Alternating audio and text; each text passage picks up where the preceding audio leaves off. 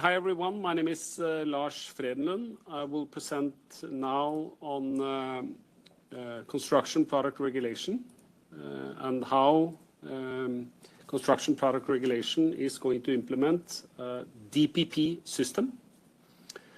And I also lead a sister study. I think I was not here, but KPMG presented earlier today, work on the ESPR. So we are working with DG Grow on similar topic for construction product regulation. And also been working actively in BIM standardization, which is for construction, let's say the digital standards for anthologies and much, much more. So next page maybe. So first of all, I would like just to pinpoint what is construction product. So specifically for construction, you know, buildings, we have, next slide please. We have we have products that are sold on the market. So what is important is that you should be able to order a window from Germany, manufactured in France. So that's an open market. So this is very important for construction product, that we have an open market. So this is very important for CPR. And this is where we apply CE marking. I think everyone knows what the CE mark here is in this room. And what's also very important is that when we discuss interoperability and ontology, CPR has already defined since 2011 a common technical language, meaning how do I talk about a product? What is a product? And all its characteristics. This has been in CPR since 2011. And now with the change of the regulation that I will come back to, it will implement digital product passports. And for construction, we call construction a 40% industry. So waste, so footprint, and use of energy. So it's a quite big industry. And there are approximately 620,000 manufacturers that will have to, over the years, make and deploy their digital product passports. Those are numbers that are quite big. The construction industry is quite big. And also what's important is that products have to meet requirements, so building codes for fire, stability, safety, and such. So when a product is used, it has to be tested and delivered accordingly. And the existing framework that we have before Digital Product Passport requires manufacturers to deliver a declaration of performance for their products. This will now go into this DPP system. I emphasize the word system. So we have a DPP registry, I'll come back to that, but our study is on the system. Next slide, please. So, oh, battery running low. Give me a second. This is not. Is it? Okay. Sorry for that. So for when you place a product on the market, a construction product, it could be used to build roads. That's asphalt. It could be gravel. It could be a window. It could be a plasterboard. And there are defined standards, harmonized standards for each product category, defined, of course, under the CEN framework. Next one. So, when we got the ESPR, what has happened here is that ESPR is the default approach. But when we have a construction products regulation has now embedded, taken in the ESPR into this regulation, meaning I am a manufacturer of construction products, and with CPR, I will follow CPR. Was that clear? Then, when you build, you need, for instance, examples, you need to report on taxonomy. you need to report on carbon footprint. So this is a lot of examples. Here we can mention the Corporate Sustainable Reporting Directive, where you are supposed, as a contractor, to deliver a report on your footprint. You have to do LCA calculations. And this is a very important framework. So if you can go to the next one.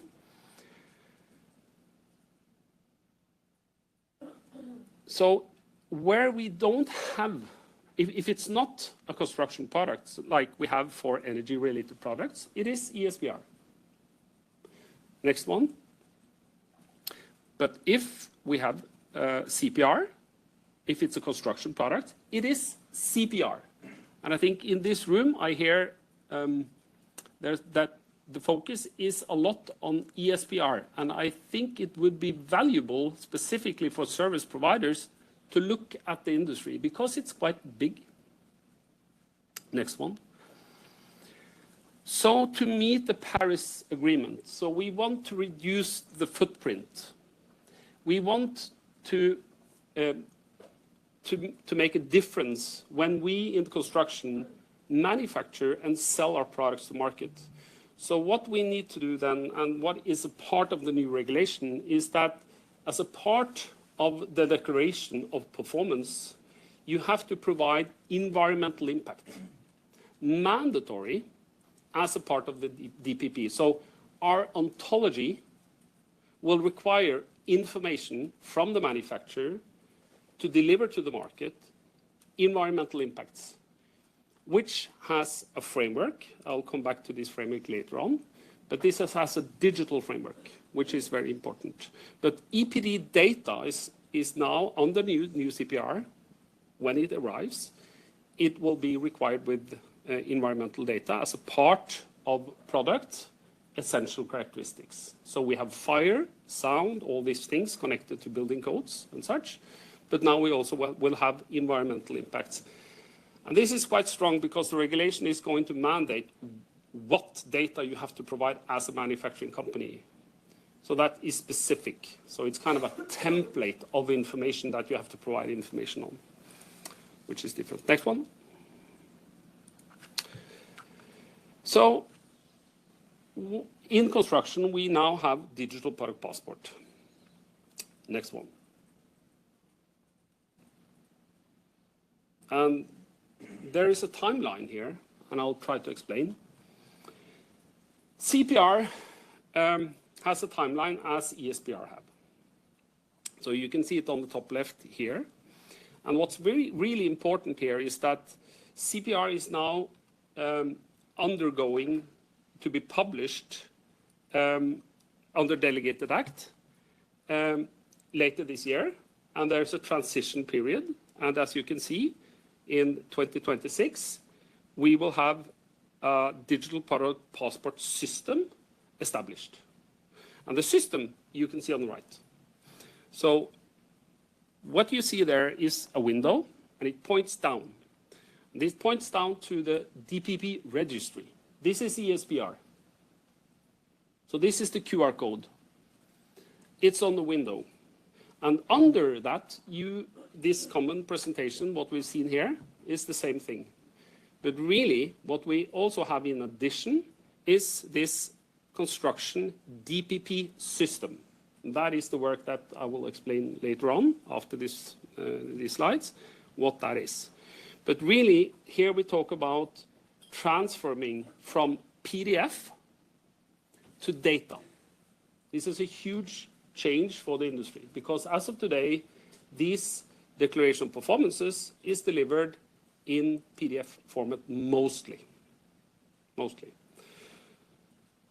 So next slide. So DPP content.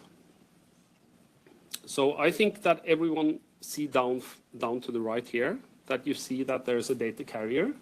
It's still there. It doesn't change anything. It's the whole discussion what we have. But for construction products, there is specific information which is required since 2011, which is the declaration of performance, declaration of conformity, general product information, instructions for use, safety and information, and we have technical documentation. Why do we need all this information? Because when I install the product in, let's say, a building, I have to follow the installation guide. It's like when you install something in an airplane, you have to follow specific rules. And you have to use it for the intended use that it's supposed to be. Is this screw the right screw for me, where I will use it? Inside, outside, nearby the sea? Different test methods, different uses will apply depending on what you're going to use it for. So what's important in this, where we see here, is that there in the QR code, I want to point at unique facility identification. So this means that when I scan the QR code as a contractor, I want to calculate also the distance between me and where the product is manufactured, which means that products might not be the same, depending on the footprint of that. So in general, the DPP content, I think we use the ontology here. And also, when you search and compare, you should be able to search, compare, apples to apples and pairs to pairs, which is important when you search in databases. Next one. So now I'm going over. So now I finished the presentation of CPR. Now I will talk about the work that we're doing for DG Grow, where we are working on how to develop this DPP system. So technically, we are working on 3 different alternatives. And the primary goal is to assess different solutions proposed by the Commission. And this is written now in the CPR as DPP system. So we're looking at, should the database be centralized? So meaning, is it one centralized database, like we have with SKIP? ECHA has a database for chemicals. Should be information registered before or after the product is placed on the market? How can interoperability between DPP registry according to ESPR be achieved? And how can alignment between this database and BIM? The BIM is a very big, important topic of construction. Next one.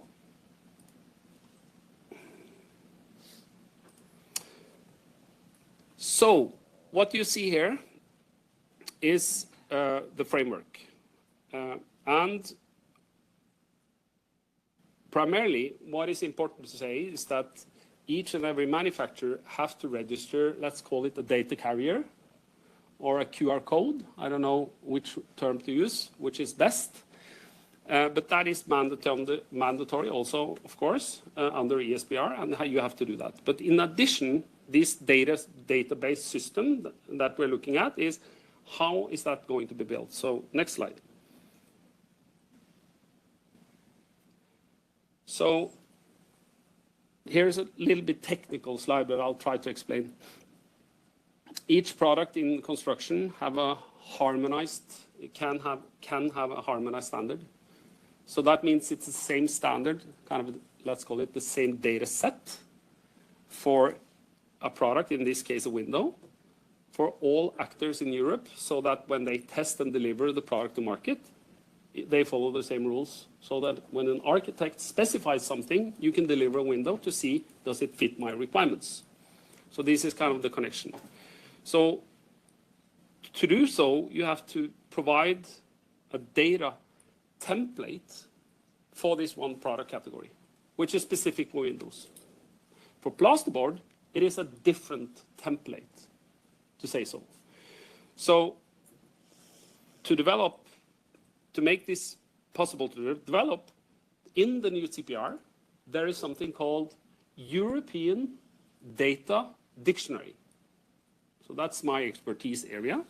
It's a dictionary on orthology where the Commission will say, this is property 1, property 2, property 3 of this product. So that means that there is a transparency because it is the Commission which is providing the dictionary. So all marketplaces and actors will have a common language, digital and machine readable. So those databases will have a common language, common structure. So the alternatives on how to build it, next slide, is 3.